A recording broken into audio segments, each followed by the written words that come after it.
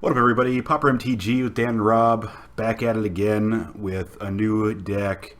This is a blue-red tempo-ish kind of deck. I'd say it's more like an aggro control deck. Aggro control deck, okay, Man, sure. we're recording twice in like 2 weeks. This is crazy. I guess, I don't know. Yeah, anyway, so I seen Tandem Lookout. It's one of the new cards. Everyone loves new cards, right?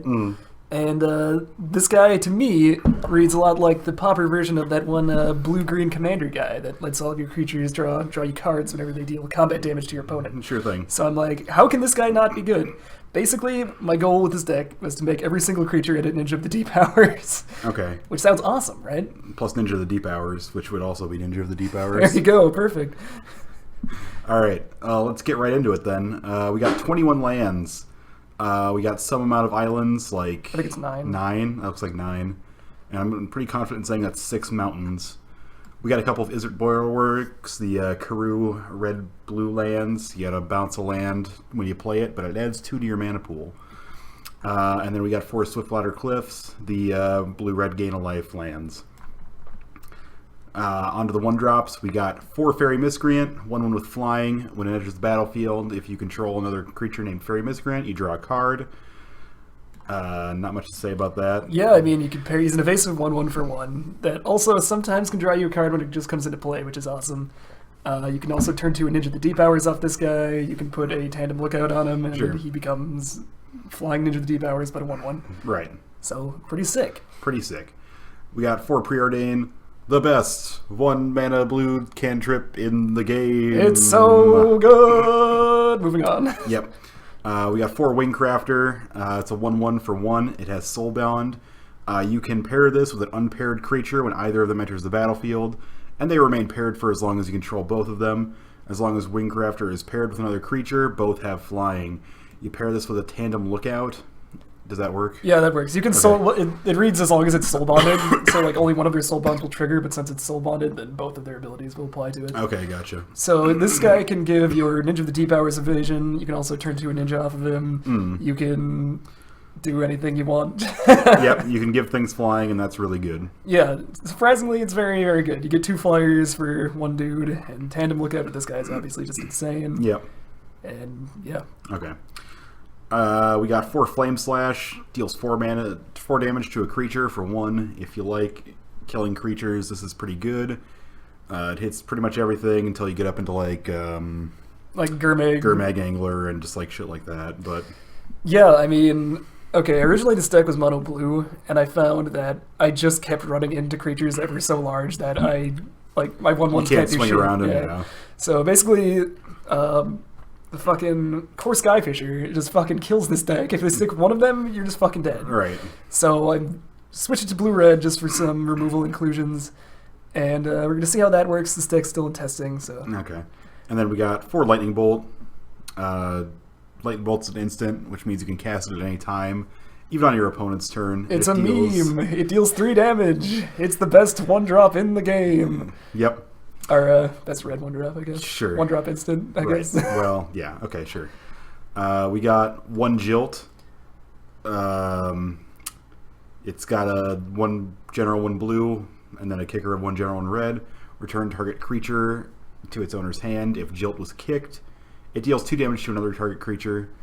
This is potentially a 2-for-1, I guess. Yeah, this is like one of my... I have 3 spicy 1-drops in here. This is part of my spicy 1-drop pack, or 1-drop, 1-of package. 1-of, yeah. Jilt just always tickled me the right way, you know? It's like Cryptic Command, basically. Okay, sure. Everything is Cryptic Command. Right, obviously. But yeah, I mean, you can like cast it for 2, return one of your guys if they target it with removal or whatever. You can bounce one of their heavier things that a burn spell wouldn't otherwise deal with. Yeah. And also you got the bonus of having it do a like free shock if you have 4 mana. So, I mean, could be sweet. We'll see. Okay. We got 4 Looter il-Kor. It's a 1/1 for 1 with Shadow. It means it can only block or be blocked by creatures with Shadow, which is basically none of them. Yeah, I mean, this guy is unblockable, basically, unless you're playing something really weird like mono black. I don't know if I've ever actually seen like other Shadow creatures like in the entire time I've been playing Pauper here. Yeah, I suppose you could say that. I mean, the mono Suicide Black deck does exist, and that uses Dothy Cutthroat or whatever, Dothy Horror, but... Okay. Unless they're playing something really weird like that, this guy's going to be unblockable. Okay. And look at him. He's almost a Ninja of the Deep Hours just by himself. Yep, it's a 1/1, and whenever it deals damage, which it's going to do, you draw a card, then discard a card. So you soulbound this with Tandem Lookout, effectively draws you 2 cards, making you discard 1, which is sick. Yep. And it does it every turn, which is awesome, and yeah. Okay. Then we got 4 Spellstutter Sprites. It's a 1/1 for 2 with Flash and Flying. When it enters the battlefield, you counter target spell with convert mana cost X or less, where X is the number of fairies you control. It plays off of Faerie Miscreants. They play off each other. It's got Flash, it's got Evasion, which is the thing you want. These are only counters in the deck, really. Yep. It's just a really good tempo play when it's good, and when it's not that great, it's still just a 1/1 with Flying with Flash that lets you... It's a good target for Soulbond, it's a good target for Ninja. In there, yeah. And if you Ninja that guy, I mean, sometimes you can just replay your Spellstutter Sprite on another one of your opponent's removal spells. It's pretty good. And then we got 1 Vulshok Morningstar. Equipped creature gets +2/+2. You play it for 2, you equip it for 2. Turns our Ninja into a 4/4, our Spellstutter Sprites, our Faerie Miscreants, everything gets really big and cool when we have this out, I guess. Alright, another part of our spicy one-of package is the Vulshok Morningstar. I know everybody's looking at this card and they're like, that sucks, why are you playing this? And I'll tell you why I'm playing it.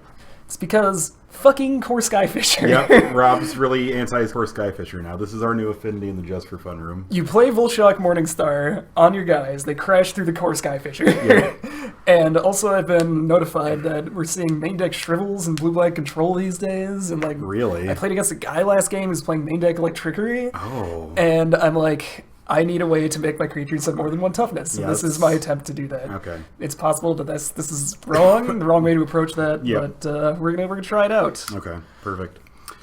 And then Tandem Lookout, 2/1 for 3 with Soulbond. Whenever it's soul bonded with a creature, they're both Ninja of the Deep Hours. That's pretty much what this guy reads. I think this guy's fucking sweet. I think this guy has potential. I don't know if this is the right shell to build around him. Like, I've seen people playing with Galvanic Alchemist, the guy that's like, every time you cast an instant or sorcery, you get to untap him, and he pings you, so you can just, like, sort of draw cards like that. Okay, sure. Which seems sweet. I don't know if that's the way I want to take this deck, so we're going to try it this way. Okay. Oh, yeah, I see that. That's pretty cool.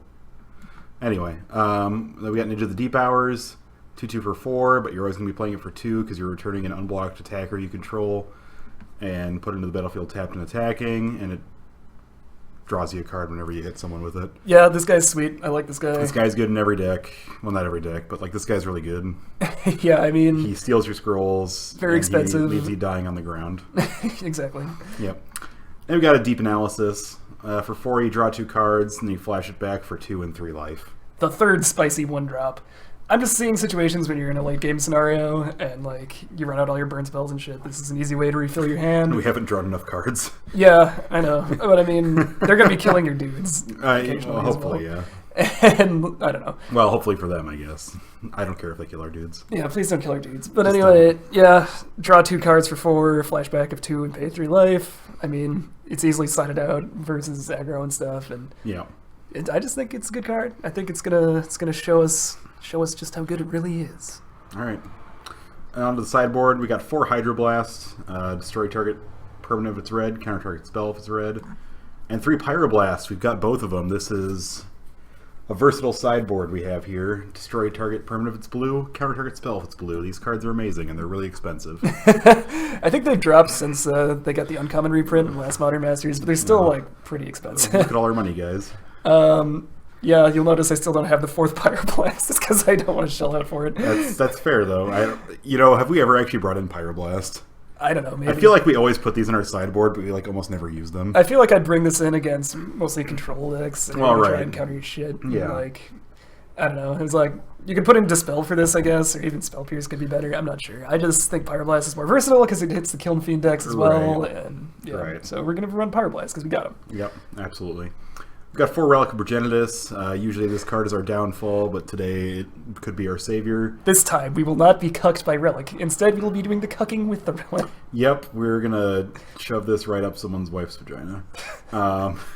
This is probably the most obnoxious sideboard card in the game for the decks that don't want to see this, because you can just slowly whittle away at their graveyard shenanigans, and then if they ever try and do something big with it, you just get rid of it, and then you draw a card on top of it for ridiculously cheap.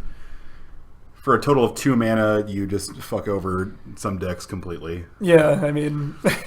You've seen, I mean, I'm sure people have seen a lot of games where someone just goes like turn 1 Relic in game 2 and we just have to scoop because we've got no way around it. Yeah, Relic's really good against the decks that it's really good against. Yeah. And it also draws you a card, so it's basically... Yeah, it's just like, why not? Sure. Okay, how do you balance Relic, Dan? I would just make it not draw you a card. I think that would be a good start. I think it should be a little more expensive. Actually, you know what? Get rid of this tap ability, and then it's fair. You think so? Yes. I guess. You don't see Nil Spellbound quite as much as Relic. So. Because then you can actually, like, bait this. Whereas, like, if I play Relic on turn 1, and I know you're running a Graveyard Shenanigans, which is obviously why I would even board in Relic to begin with, I can just sit there and whittle away your graveyard slowly. Yeah, to try and pressure you. Right. I mean, fuck, let it draw him a card for one. I don't care about that. But it's just like... The fact that they can just, that's like the proper way to play it. It's just like they sit on it and they're just like tap, tap, tap, tap. It's like, yeah, it's annoying. It's annoying. It takes up a lot of time. If you play Relic, you are a horrible bastard. Thumbs up. Yeah, but anyway, so yeah, this card is a blowout if we ever have to use it. We got 3 Electrickery. Speaking of blowouts. This is also a blowout. It deals 1 damage to target creature you don't control. And then for the low cost of 2, it deals 1 damage to every creature you don't control. That's pretty good. It's pretty good. And, you know, I was almost tempted to main deck one of these things just because I hear that's the popular thing to do. Is, like, tokens really that big nowadays, or...? I don't know what the deal is with this.